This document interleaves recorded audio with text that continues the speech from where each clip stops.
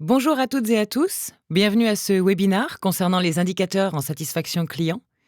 On va démarrer d'ici quelques petites secondes. Je vous rappelle juste les éléments pour l'organisation. Donc vous recevrez toutes et tous le support de présentation à l'issue du webinaire. Vous recevrez ça directement par email. Et puis si vous souhaitez poser des questions, n'hésitez pas à le faire en direct. Dans la mesure du possible, j'essaierai d'y répondre au fur et à mesure. Mais si je vois que la réponse nécessite d'être développée, on se prendra un temps en fin de webinaire pour vous donner un petit peu plus d'éléments. Nous allons pouvoir démarrer pour profiter pleinement des 30 minutes. Donc le webinaire du jour concerne les indicateurs en satisfaction client. On va tout d'abord, au niveau du sommaire, introduire cette notion d'indicateur pour qu'on parle bien de la même chose. Et ensuite, on fera un focus sur les 5 grands KPI dans le domaine de la satisfaction client, en vous les étayant à chaque fois, en vous expliquant comment ils se construisent, comment ils se lisent et comment ils s'interprètent. Pour nous présenter rapidement, pour ceux qui ne nous connaissent pas, nous sommes la société Vocasa. On a plus de 15 ans d'expérience et 15 ans d'innovation sur le domaine, qui est la mesure de l'expérience client et collaborateur, via notamment tout ce qui est enquête digitale. Nous avons plus de 300 clients actifs et nous sommes présents en France sur Paris, Avignon et Grenoble, ce qui nous permet de rayonner sur l'ensemble du territoire. On a une suite logicielle qui est dédiée à la mesure de l'expérience client, d'où le sujet du webinaire, qui va permettre notamment de faire des enquêtes, de mesurer la satisfaction, de piloter l'amélioration continue tout en facilitant l'adhésion des équipes. Alors tout d'abord, une petite introduction à ces indicateurs pour qu'on parle bien de la même chose. Un indicateur, c'est quoi ? Des indicateurs, il y en a beaucoup en fait dans les entreprises. C'est ce qu'on appelle les KPI également. Donc quelques exemples, l'estimation de la réussite d'un projet, le nombre de problèmes non résolus, le nombre de problèmes résolus, les ressources allouées, le coût du travail, le taux de complétude d'un projet, le nombre d'acquisitions de prospects, de clients, le taux de transformation, etc. Tout ça au sens large, ce sont des indicateurs. Le dénominateur commun d'un indicateur ou d'un KPI, c'est que ça doit être un outil qui aide à la prise de décision. Ça permet de définir aussi et d'observer l'évolution de la stratégie d'une entreprise au sens large. Un bon KPI doit toujours servir des objectifs organisationnels d'une entreprise. Et aujourd'hui, nous, on va surtout s'intéresser aux KPI et indicateurs du domaine de la satisfaction. Donc un indicateur, pourquoi on le met en place ?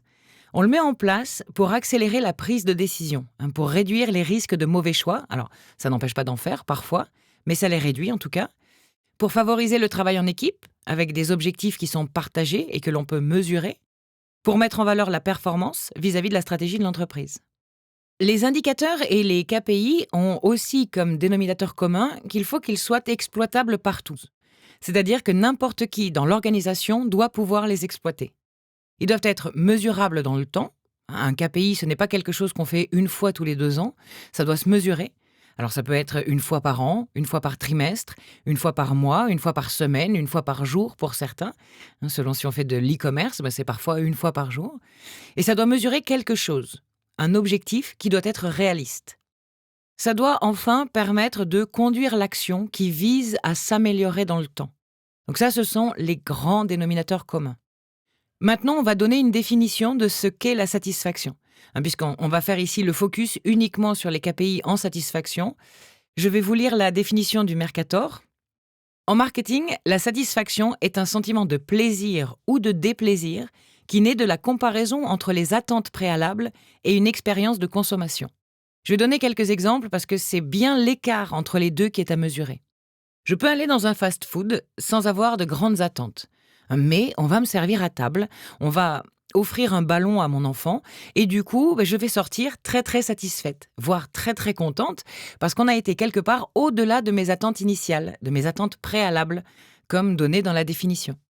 À l'inverse, je vais dans un restaurant étoilé ou gastronomique et le service laisse à désirer.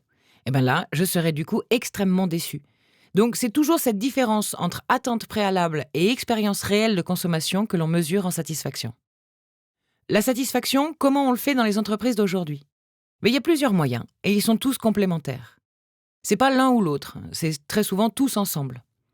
Il y a tout d'abord ce que l'on appelle les études mystères, c'est-à-dire le fait d'envoyer de faux clients à l'intérieur de votre réseau, de vos magasins, de vos agences en local ou sur votre site internet pour tester véritablement l'expérience. Et là, du coup, vous aurez un retour qui va être très qualitatif, généralement. On aura tout ce qui est du domaine des enquêtes aussi, qui peuvent être beaucoup plus dans le quantitatif, mais qui peuvent aussi aller sur du qualitatif, notamment par l'intermédiaire des questions ouvertes.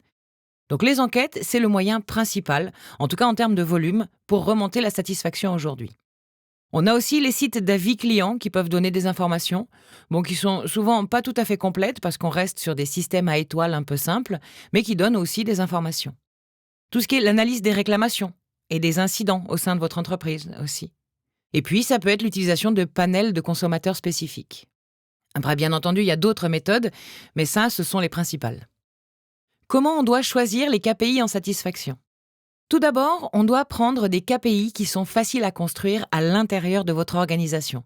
Ce qui est facile à construire dans une web boutique ne sera pas forcément la même chose que chez un gros industriel. Ça doit être également facile à collecter et ça doit être facile à comprendre par tout le monde dans l'organisation. Il ne faut pas faire des KPI avec des systèmes complexes, des macros complexes ou des choses comme ça parce que plus on les complexifie, plus ils sont durs à comprendre et moins ils vont être bien perçus dans l'entreprise. On risque d'émettre beaucoup de doutes, notamment par les collaborateurs ou par les salariés qui peuvent ne plus y croire. Une petite citation également avant d'attaquer plus dans le détail. Ce qui ne se mesure pas ne s'améliore pas. Ce que l'on ne cherche pas à mesurer, souvent c'est ce qui est mis sous le tapis et donc ça ne risque pas de s'améliorer. C'est une phrase de Deming, qui est un éminent statisticien américain et qui a notamment contribué à l'import des méthodes statistiques et à l'amélioration des systèmes productifs à la fois aux États-Unis et au Japon. On nous pose souvent la question, est-ce qu'il y a des différences entre le B2C et le B2B ? Eh bien, pas sur les KPI que je vais présenter aujourd'hui. L'impact est plutôt lié à des secteurs d'activité. On fera un point là-dessus, plutôt qu'à une activité en B2B ou B2C. Parce qu'aujourd'hui, finalement, que l'on réponde à des enquêtes en tant que consommateur final, collaborateur, entreprise ou particulier, on donne à peu près le même type d'avis. Donc il n'y a pas forcément une grosse dissonance entre B2B et B2C. Par contre, il y en a beaucoup au niveau des secteurs d'activité qui vous concernent. Et là, on reviendra évidemment sur ce point puisqu'il est particulièrement important. Un focus maintenant sur les KPI dont on souhaite parler. L'important, déjà, c'est d'avoir une approche globale. Ici, ce que vous voyez apparaître à l'écran, c'est un schéma de ce qu'on appelle un parcours client. Alors, un parcours client, ça va être, par exemple, sur un site internet, on va commander. Après avoir sélectionné des produits dans un panier, on va être livré, on va utiliser un produit, peut-être qu'on appellera un service après-vente, et puis, si tout va bien, on recommandera le produit, etc. C'est ça qu'on appelle un parcours client. Ce sont tous les moments où vous entrez en interaction avec vos clients. Et ces moments-là, on peut choisir de les mesurer ou pas, selon si on a un impact dessus ou pas. Je vous donne un exemple très concret. Je suis une e-boutique et je vends des produits de Samsung, d'Apple, etc. Je peux tout à fait mesurer la qualité de la commande sur mon site internet, peut-être mesurer la livraison, si c'est quelque chose que je maîtrise dans mon scope. Par contre, le fait de faire évoluer les produits, non. Ça, c'est chez Apple, c'est chez Samsung, donc je ne vais pas avoir la capacité de faire de l'évolution de produits. Il ne faut pas que je pose de questions sur ces sujets-là spécifiques. L'idée, c'est de bien écouter, au bon moment, et généralement d'avoir bien conscience de son parcours client avant de vouloir mettre en place des KPI. On va donner un premier KPI qui est sûrement l'un des plus utilisés aujourd'hui, c'est ce qu'on appelle le CSAT. Alors à chaque fois, on va voir comment le construire, qu'est-ce qu'on en fait et comment on l'interprète. Comment on construit le CSAT ? Eh bien, c'est une question de satisfaction très simple. Quel est votre niveau de satisfaction ? Ça peut être sur une échelle de 0 à 10, ça peut être sur une échelle de 0 à 100, ça peut être une échelle de 4 smileys, comme vous pouvez le voir à l'écran en ce moment. Donc le CSAT, c'est tout simplement une addition entre les gens qui sont satisfaits, plutôt satisfaits, un peu satisfaits, versus ceux qui sont plutôt insatisfaits ou très insatisfaits. Et donc, selon les échelles qu'on aura choisies, on va devoir faire des regroupements. Mais c'est une simple addition. Typiquement, sur l'exemple que vous voyez apparaître à l'écran, le smiley vert très souriant, on est sur le très satisfait. Et le smiley d'à côté, on est sur du satisfait. C'est l'addition de ces deux éléments-là qui va nous donner le CSAT. Le CSAT, du coup, il a une grande force. C'est qu'il est très facile pour communiquer, notamment communiquer vers l'extérieur. Quand vous voyez dans les pubs à la télé 96% de nos clients sont satisfaits, c'est un CSAT. Voilà, sa faiblesse, c'est que ça va un peu lisser la distribution et les variations. On l'a vu, c'est une addition entre les très satisfaits et les satisfaits. Du coup, on met tout dans un seul et même bloc. Et parfois, on peut avoir 90% en CSAT, mais dans un cas, on aura 20% de clients très satisfaits et 70% de clients satisfaits. Et dans un deuxième cas, ce sera toujours 90%, mais avec 40% de clients très satisfaits et 50% de clients satisfaits. Donc évidemment, c'est pas du tout la même chose. Ça vient un peu lisser tout ça, néanmoins ça reste un très bon outil pour venir communiquer vers l'extérieur. Ou pour se comparer aussi à l'intérieur d'une même entité, pour comparer des agences, des parcs, des magasins, des boutiques, des campings, des points locaux de vente, etc. C'est une grande force de ce point de vue-là. L'indicateur suivant, c'est celui qu'on utilise également beaucoup aujourd'hui, qu'on appelle le NPS pour Net Promoter Score, qui lui n'est déjà plus tout à fait de la satisfaction, malgré ce qu'on veut bien lui faire dire, mais de la fidélisation et donc de la recommandation. La question est là aussi très simple, c'est aussi sa grande force. Recommanderiez-vous notre produit ou service à vos amis ou collaborateurs ? Le calcul, lui aussi, est très simple. Ça aussi, c'est sa force. Dans cet indicateur, on va considérer que tous les gens qui mettent de 0 à 6 sont des détracteurs potentiels de votre marque. Toutes les personnes qui mettent 7 et 8 sont des personnes jugées neutres. Et toutes les personnes qui vont vous mettre 9 ou 10 sont des promoteurs potentiels de votre marque, puisqu'ils vont mettre de très bonnes notes. Ils sont plus que satisfaits, justement, ils sont prêts à aller vous recommander à des tiers. Je disais que c'est un calcul très simple. C'est le pourcentage des promoteurs auquel on soustrait le pourcentage des détracteurs. On ne tient pas compte des neutres là dans ce calcul. Donc c'est un score. Ce n'est pas un pourcentage, je le répète, c'est un score qui varie de moins 100 à plus 100. Ça veut dire qu'on peut avoir un Net Promoter Score négatif, et ça veut dire aussi que d'avoir 90, par exemple, ça ne veut pas dire 90%. C'est un vrai score qui va de moins 100 à plus 100. Sur cet indicateur-là, il y a beaucoup de choses qui peuvent se faire et qui peuvent se dire. Il est puissant quand il est bien utilisé. Il est utilisé depuis longtemps, c'est-à-dire que ça ne fait pas juste 2 ans que le Net Promoter Score existe, on parle plutôt de plus de 10 ans maintenant. Mais sa faiblesse aujourd'hui, c'est qu'on veut le mettre un peu à toutes les sauces. On veut lui faire dire que c'est de la satisfaction.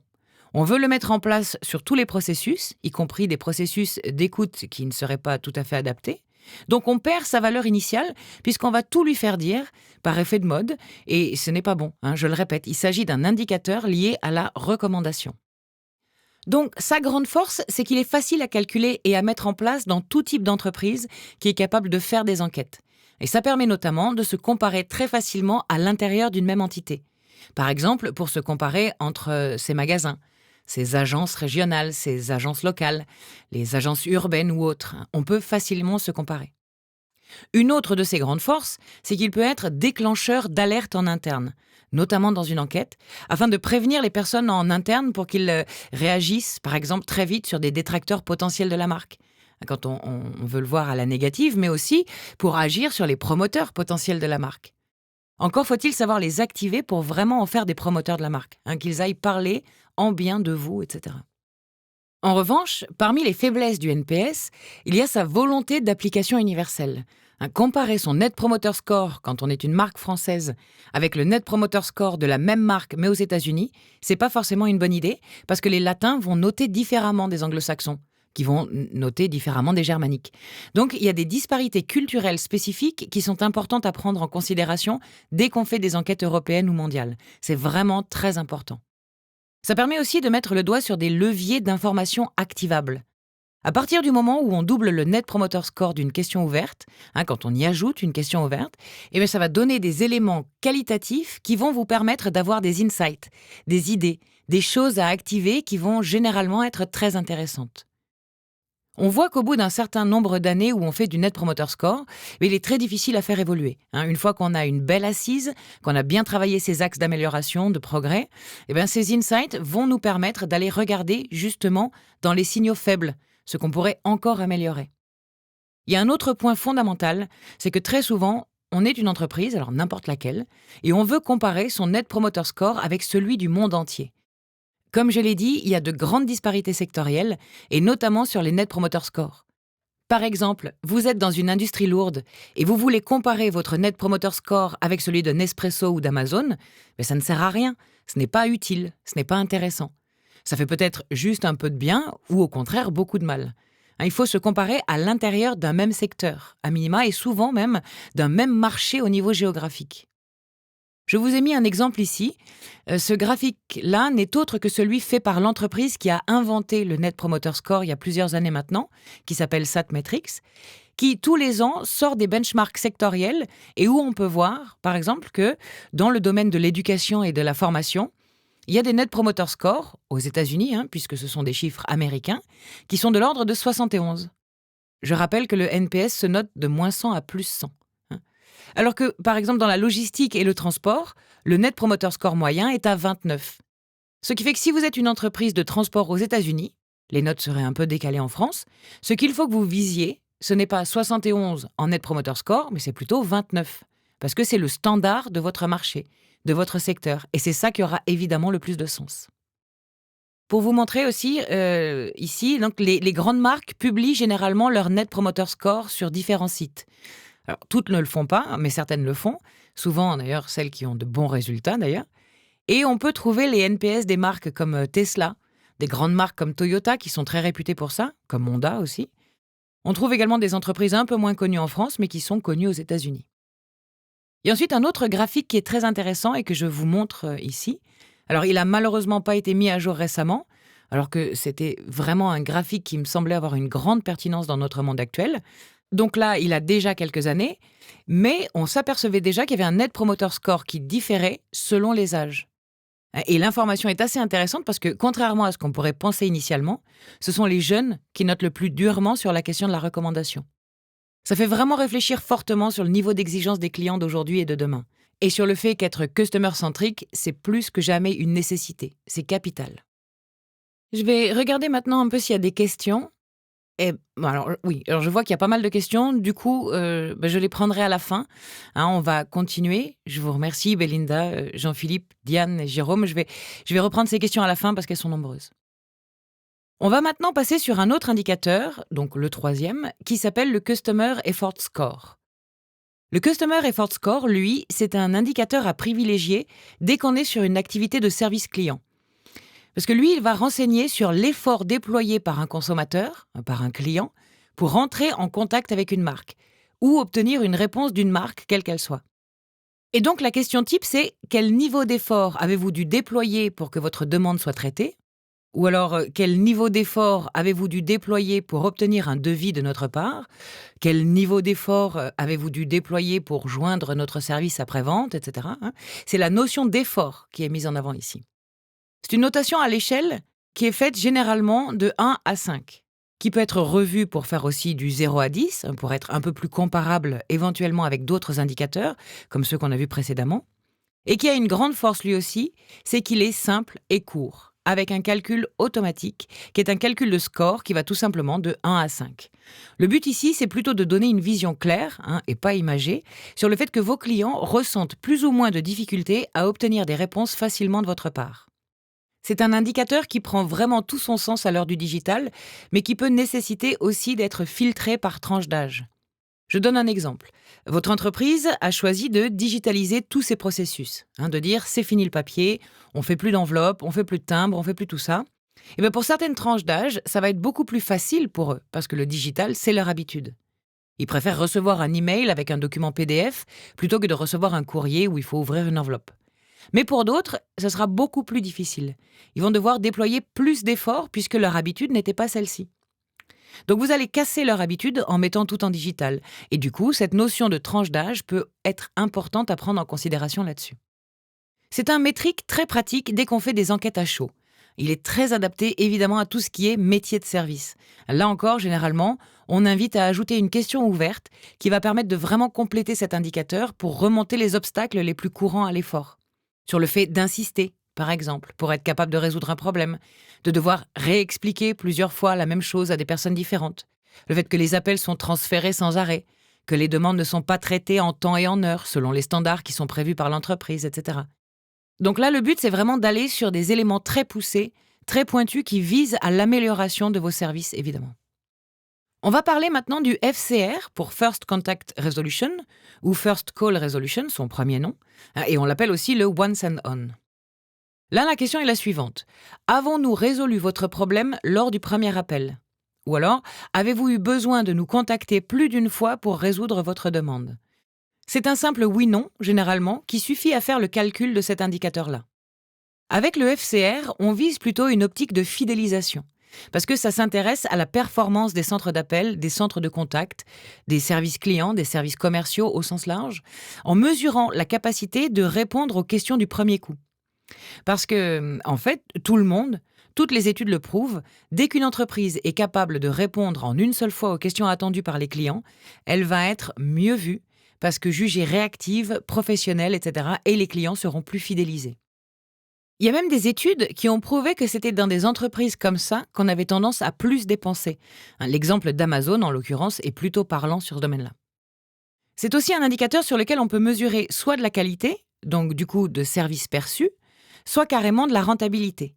Puisque derrière, quand on gère les demandes en une seule fois, notre centre de prise de demande, notre centre client, notre centre SAV est beaucoup plus rentable, puisqu'un client ne va pas rappeler 2 fois, engorger le flux de personnes, etc.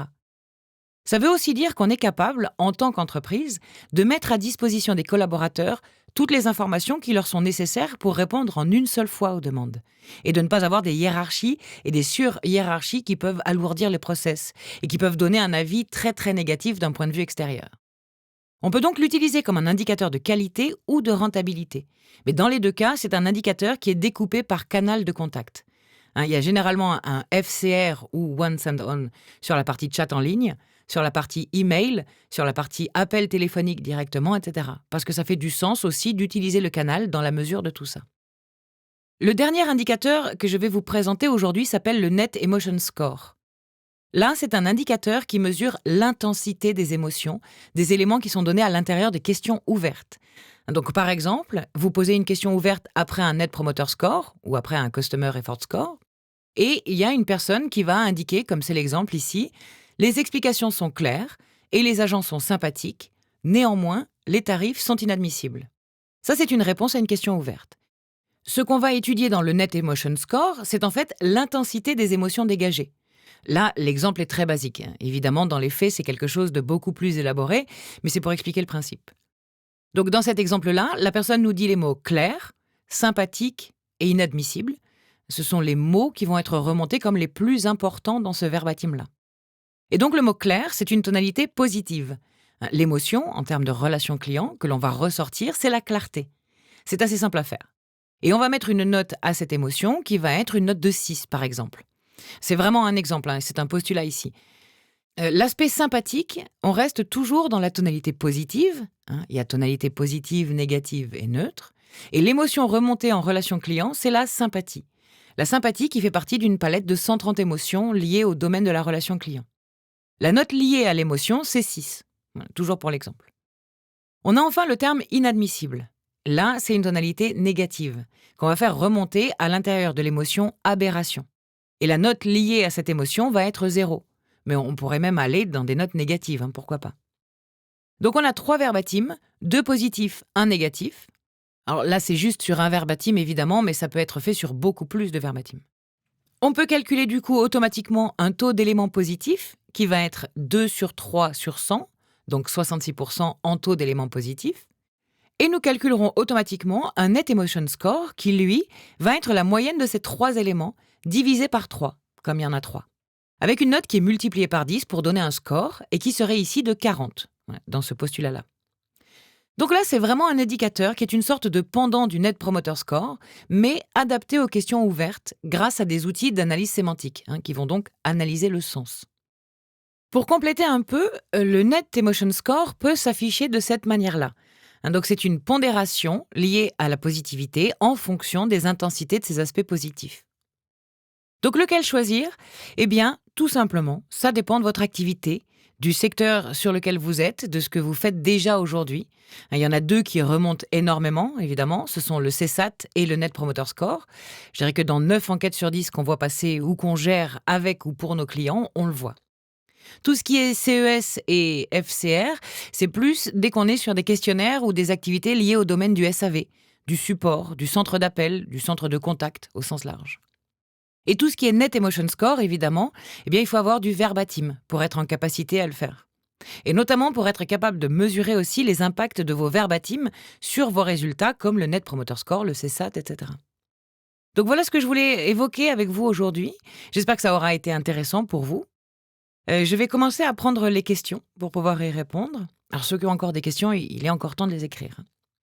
Si vous souhaitez également, il y a quelque part, alors je crois que ça doit être au-dessus de la présentation, la possibilité de mettre une note au webinar et un commentaire. Si jamais il y a des éléments que vous souhaiteriez voir ajoutés pour une prochaine fois, hein, c'est comme ça qu'on s'améliore, nous aussi, de notre côté. Donc je vais maintenant prendre des questions. Alors Belinda nous demande: bonjour, existe-t-il une échelle d'interprétation des scores Net Promoter Score obtenus par rapport à une moyenne de bench par exemple? Donc c'est un peu ce que je disais, ce sont des échelles qui peuvent être fournies par des entités comme Satmetrix, notamment. Il n'y a pas en France autant de précision dans les benchmarks que ce qu'on peut avoir aux États-Unis, hein, parce qu'aux États-Unis, on part plutôt du postulat que les données peuvent être mises à disposition de tout le monde, alors qu'en France, c'est plutôt l'inverse. Et donc il n'y a pas forcément des benchmarks là-dessus. Par contre, des éléments sectoriels et des éléments liés à la culture, nous, on en a évidemment. Par exemple, des éléments culturels, un bon Net Promoter Score en France, c'est un Net Promoter Score qui est au-dessus de 20. Un excellent Net Promoter Score en France est un Net Promoter Score au-dessus de 40. Par contre, si vous êtes une entreprise qui est dans le luxe, il ne faut pas que vous visiez 40. Il faut que vous visiez plutôt au-dessus de 60, voire au-dessus de 70. Parce que vous êtes sur des attentes préalables, comme je le disais au tout début, qui sont très fortes et très importantes dans le domaine du luxe. Jean-Philippe nous demande: peut-on élaborer un Net Promoter Score par branche? Alors là, Jean-Philippe, si vous pouvez me préciser votre question, je crois que je n'ai pas tous les éléments pour y répondre. Ensuite, Diane nous demande: certaines marques calculent-elles le Net Promoter Score par segment de clients? Oui, bien sûr, oui, c'est hyper intéressant, c'est même hyper important. On peut avoir des segments VIP, bronze, gold, platinum, etc. Des clients fidèles, pas clients fidèles, des clients encartés, des clients pas encartés. Et tout ça joue énormément, bien entendu, dans les Net Promoter Score qu'on peut attendre. Donc oui, Diane, sans hésiter. Jérôme me demande: à quel moment du parcours client déclenche-t-on une surveille de Net Promoter Score? Le résultat n'est pas le même si c'est une expérience support, par exemple, ou directement depuis la navigation du site. Oui, alors là, ce qui est souvent mélangé, c'est qu'une enquête n'est pas juste un Net Promoter Score, hein. Le Net Promoter Score est une question à l'intérieur d'une enquête. Donc vous ne faites pas que du Net Promoter Score, sinon vous serez vite frustré, hein, au bout d'un an, 1 an et demi généralement, parce que vous aurez envie de creuser les critères à l'intérieur d'une enquête pour en savoir un peu plus. Donc généralement, une enquête qui ne fait que du Net Promoter Score, c'est bien. Ça fait remonter des KPI, c'est intéressant, mais ça ne suffit pas pour creuser des axes d'amélioration. Et donc, il faut savoir faire un peu plus. Alors évidemment, la question de recommandation, selon si on mesure l'expérience d'un support qui s'est bien ou pas bien passé, qui arrive après un moment où ça s'est bien passé ou pas, ou si on mesure la navigation d'un site web, c'est pas forcément intéressant à comparer l'un avec l'autre. Ça peut l'être. Par contre, pour un processus de livraison, il y a un processus de service après-vente. Parce que si on a des accros de livraison, forcément, il y aura des impacts sur le service après-vente derrière. Quels outils sont disponibles pour faire l'analyse du Net Emotion Score? Donc là, c'est effectivement un produit qu'on a chez nous, évidemment, ce qui s'appelle Vocasa Emotion, qui permet de mesurer ce Net Emotion Score et notamment l'intensité des émotions. Donc c'est Jérôme qui posait la question, hein. On donne d'autres webinars sur ce sujet-là qui est très spécifique. Il y en a déjà dans nos replays si vous voulez en savoir plus. Alors je ne vois plus d'autres questions. Je ne sais pas si Jean-Philippe est toujours là pour préciser sa question, mais peut-être que j'y ai répondu aussi via ce que j'ai dit par la suite, donc je ne sais pas. Voilà. Si vous avez d'autres questions, n'hésitez pas à les poser, hein. Je reste à disposition complète pour vous répondre. Sinon, comme je vous l'ai dit en préambule, chacun d'entre vous recevra directement le support de cette présentation, hein. On vous l'enverra directement par email dans l'après-midi. J'espère que ce webinaire a donc été intéressant pour tout le monde, hein, pour dégrossir le sujet. Alors bien évidemment, les spécialistes du Net Promoter Score savaient peut-être tout ce genre de choses-là, hein, mais l'idée, c'était surtout de donner des grands axes et de dégrossir le sujet des KPI en satisfaction client. Donc n'hésitez pas à nous contacter si jamais vous avez des besoins dans le domaine. Je vous ai mis nos coordonnées ici si vous souhaitez en savoir plus. On se tient à votre disposition. Je vous remercie pour votre écoute attentive aujourd'hui et je vous souhaite une bonne fin d'après-midi. À bientôt. Au revoir.